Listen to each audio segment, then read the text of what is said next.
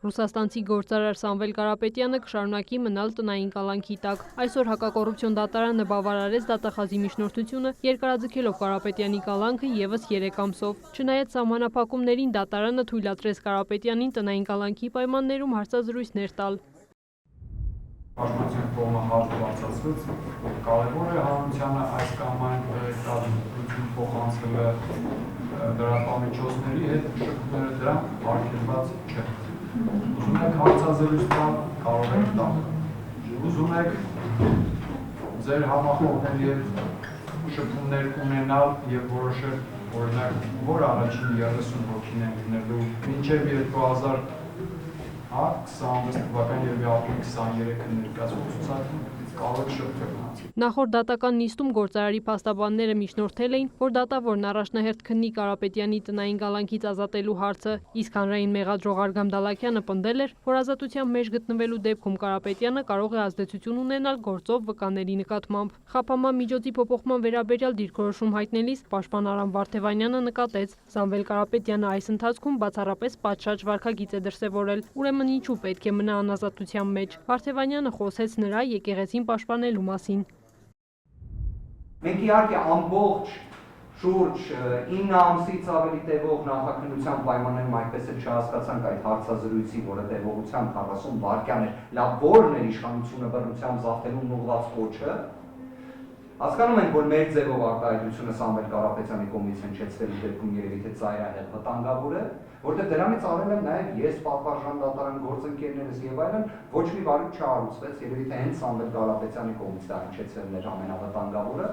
Պաշտպան Վարդևանյանը միջնորդեց վերացնել Կարապետյանի նկատմամբ ընտրված տնային կալանքը, միաժամանակ նշելով, որ պատրաստ են նրա նկատմամբ կիրառված 4 միլիարդ դրամ գրավից բացի ևս շուրջ 400 միլիոն դրամ վճարել։ Դատախազ Արգամ Դալաքյանը պնդեց, Սամվել Կարապետյանը ազատության մեջ կխոչընդոտի գործի քննությանը։ Դատախազը հակադարձեց փաստաբաններին, թե Կարապետյանին վերագրվող տնտեսական հանցագործության դրվագով չկա որևէ մեկը, որի վրա գործարարը կարող է ազդեցություն գործել։ Չբացահայտելով մեղադրանքի կողմի մարտավարությունը, գտնում եմ, որ դատականության ընթացքում հավանական է, որ այդ անձանց նկատմամբ, ինչի մասին ես նախորդ դատական նիստի մասին նշել էի, միջնորդավորված անուղղակի եղանակով ազդեցության պայմաններում ստանալ լրացուցիչ տեղեկություններ,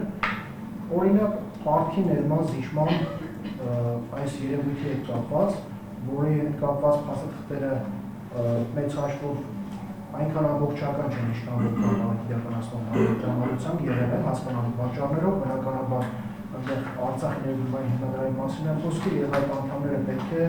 որոշակի ավելի մանրամասն տեղեկություն ունենան։ Դատախազը նշեց փաստաբանները բացի քաղաքական հանգամանքներից նոր փաստական հանգամանք չներկայացրին, թե ինչու պետք է Կարապետյանն ազատ արձակվի տնային կալանքից։ Դալաքյանի խոսքով վկաները դեռ պետք է հարցաքննվեն, եւ եթե Կարապետյանը ազատ արձակվի, ապա ռիսկ կա, որ կարող է ազդել նրանց վրա։ Սամվել Կարապետյանը նիստին նշեց, փաստաբան Արամ Վարդևանյանն ամեն ինչ, բոլոր ապօրինությունները հուզիչ եւ համոզիչ ներկայացրեց եւ այդ առումով ավելացնելու բան չունի։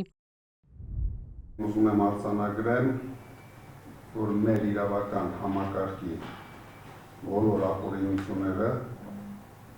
ես վստահ եմ ուղղված են իմ դեմ, մեր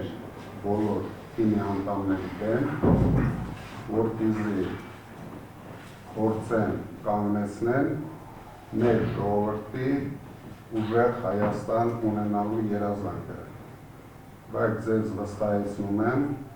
դա իրեն չի հաջողվելու։ Դատական նիստը կշարունակվի ապրիլի 30-ին։ Նիստից հետո լրագրողները Կարապետյանին հարցրին, ինչպես է գնահատում կալանքի երկարաձգման որոշումը։ Կարապետյանը պատասխանեց, որոշումը սպասելի էր։ Հիշեցնեմ, Սամվել Կարապետյանը մեղադրվում է առանձնապես խոշոր չափերով հարկեր վճարելուց խուսափելու, ծառայողական լիազորությունները եւ դրանցով պայմանավորված ազդեցությունն օգտագործելով խաբեությամբ առանձնապես խոշոր չափերով գույքի հափշտակություն կատարելու եւ իրավաբանական անձ օգտագործելու միջոցով ապօրինի գործունեություն իրականացնելը կազմակերպելու, նույն եղանակով առանձնապես խոշոր չափերի փողերի լվացման եւ իշխանությունը զավթելուն ուղղված հրապարակային կոչ հնչեցնելու համար։ Քրիստինե Թորոսյան, Արման Թովմասյան, լուրեր։